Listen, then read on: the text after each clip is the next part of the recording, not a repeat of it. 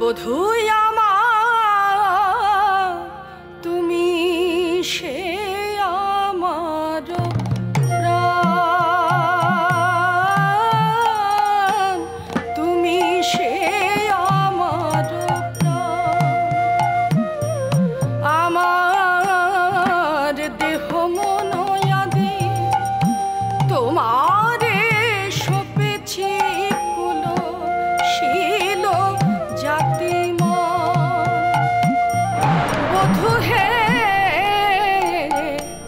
আমার দেহ মন আদি তোমারে সপেছি কুল শীল জাতিমান। আমি সব সপেছি কুলশীল মান, সব সপেছি।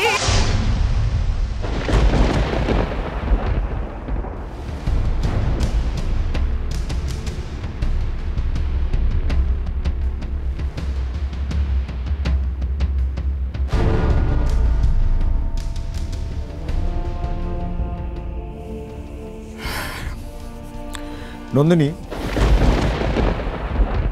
তোমার সঙ্গে শেষবারের মতো আমার একটা বোঝাপড়া আছে। শেষবারের মতো? ইয়েস, শেষবারের মতো। তুমি এরকম একজন সিনিয়র পার্সনকে ওইভাবে অপমান করলে কেন?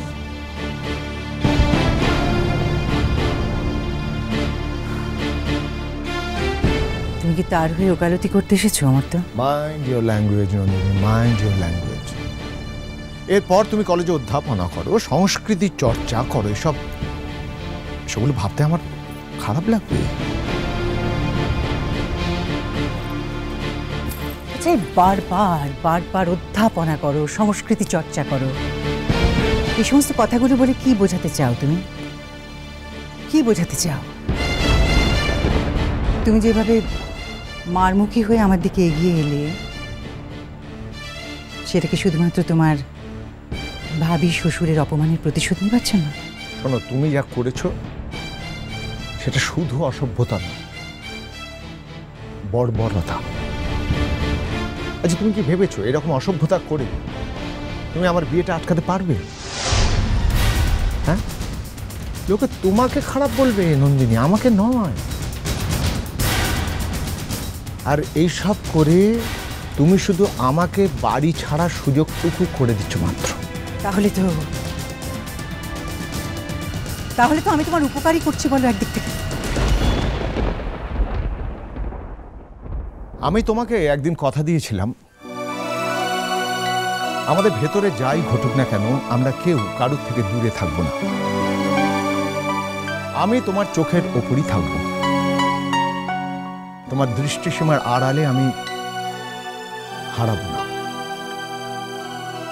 আমি ভদ্রলোক, আমি আমার কথা রাখার চেষ্টা করেছিলাম। কিন্তু আজ যদি তুমি আমার অন্তরের কথা জানতে চাও, আমি বলতে বাধ্য হব নন্দিনী, আজকাল এই বাড়িতে থাকতে আমার দম বন্ধ হয়ে আসে। আজকাল এই বাড়িতে থাকতে আমার দম বন্ধ হয়ে আসে। সত্যি সত্যি এখন এখন এখন আমি আর তোমার জন্য বাড়িতে থাকি না। আমার দাদাটা, ভাইফোঁটা, জুটোটা এমনভাবে আঁকড়ে থাকে আমাকে, ওর জন্যে স্পেশালি ওর জন্যেই তোমার থেকে এত অপমান সয়েও আমি জাস্ট পড়ে আছি এখানে। আমি জানি নন্দিনী, আমি খুব ভালো করে জানি তুমি আমার সঙ্গে যে অসভ্যতা করছো, পারি এ বাড়িতে আসার পর ওর সঙ্গে 1000 গুণ এর চেয়ে বেশি অসভ্যতা করো। চেঁচিও না নন্দিনী, একদম চেঁচিও না। চেঁচিয়ে নিজেকে আরো ছোট করো না। অলরেডি তুমি আমার কাছে অনেকটা ছোট হয়ে গেছো আমার কাছে।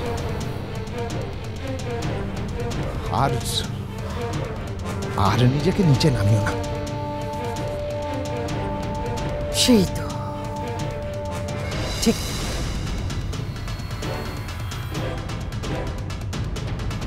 এখন আমাকে ছোট না করতে পারলে তুমি নিজের কাজকে জাস্টিফাই করবে কি করে আমার তো?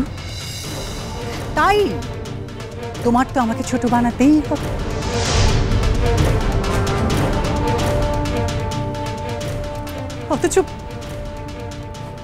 অথচ তুমি যদি জানতে যে আমি তোমাকে মনে মনে কি চোখে দেখি অমর।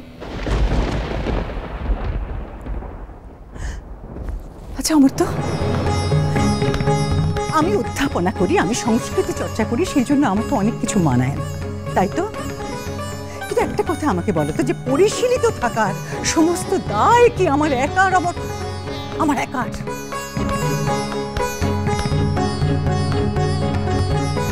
তুমিও তো একজন সমাজকর্মী, মোটা মোটা বই লেখো, দেশের লোক তোমাকে আলাদা করে সমীহ করে, সারা পৃথিবী চষে বেড়াও নিজের কাজ নিয়ে, দেশে দেশে নিজের পেপার পাঠাও। তোমার মনটা এত ছোট হলো কি করে?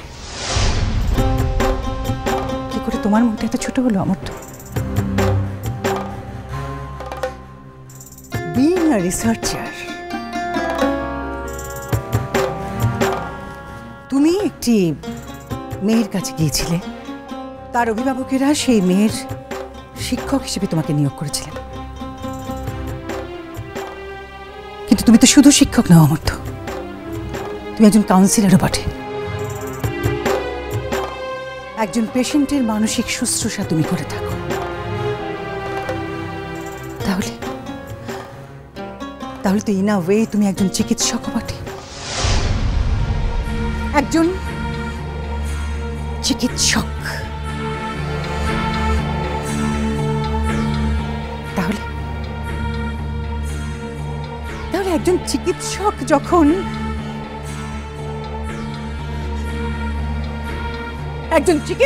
যখন তার পেশেন্টের সাথে এই এই এই ধরনের একটা সম্পর্কে লিপ্ত হয়, তা আবার চিকিৎসা করার সময় তখন তাকে কি বলে অমর? তো ভেবে দেখেছো একবার কতটা আনএথিক্যাল কাজ তুমি করেছো অমর?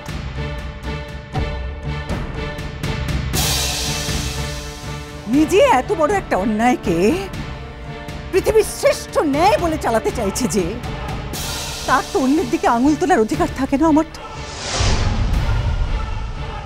তাহলে তো এই কথাই বলতে হয় যে প্রথম থেকে তুমি ওই মেয়েটির দিকে কুনজর দিয়েছিলে। না না না না না, প্লিজ প্লিজ প্লিজ প্লিজ এই কথাটা বলো না, প্লিজ একদম এই কথাটা বলো না।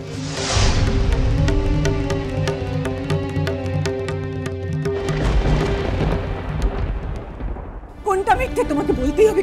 21 বছর বয়সে দাঁড়িয়ে বলা কথাটা আজকে এই পরিণত বয়সে এসে পৌঁছে সেটা যেমন সত্যি হতে পারে না,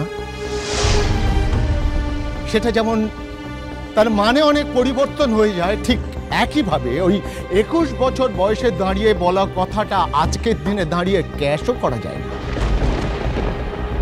তুমি সেটা করছো, তুমি আমাকে ব্ল্যাকমেল করছো নন্দিনী।